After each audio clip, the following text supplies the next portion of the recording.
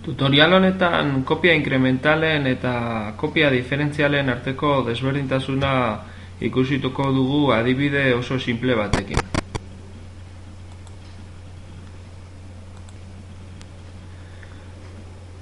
Hemen gaude kopian backupekin eta mahai gainean ikusten dugun datuak karpeta honen segurtasun kopia inkrementalak egingo ditugu. Karpeta barnean, soilik hasiera izeneko testu fitxategi bat dago. Goazen kopia inkrementala egitera. Ikus dezazuen, kopia inkrementala da. Datuak karpetatik jasoko dugu eta hemen nire backup diskoan dudan kopia inkrementalak karpetan utziko dut. Beraz, backup inkrementalak. Ok, goazen lehenengo kopia egitera.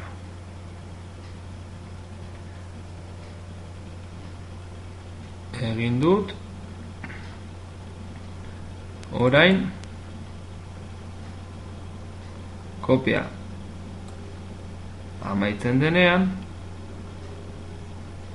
beste artxibo bat sortuko dut nire direktorio honetan. Berria bat. Ongi da. Berriz ere kopia inkrementala ejekutatuko dut.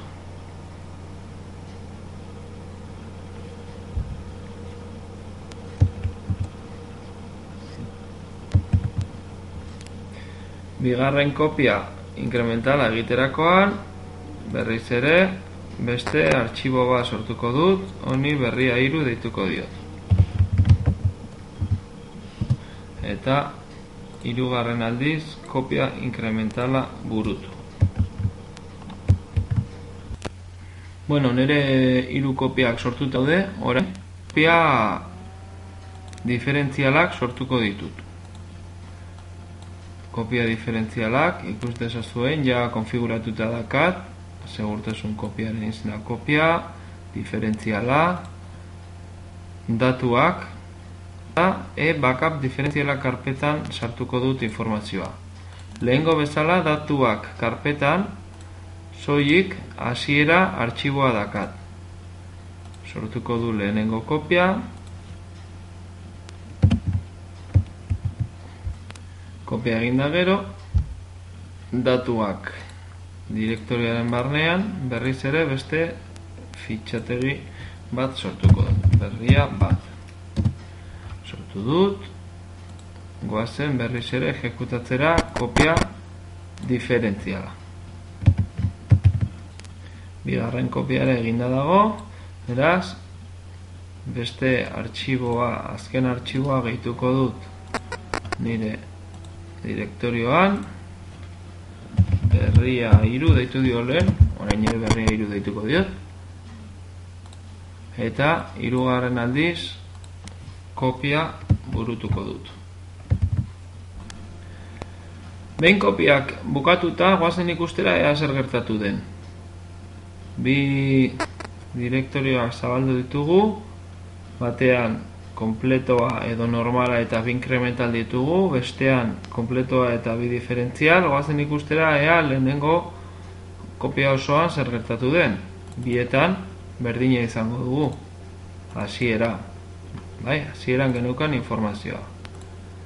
Zer gertatu da lehenengo inkrementalean?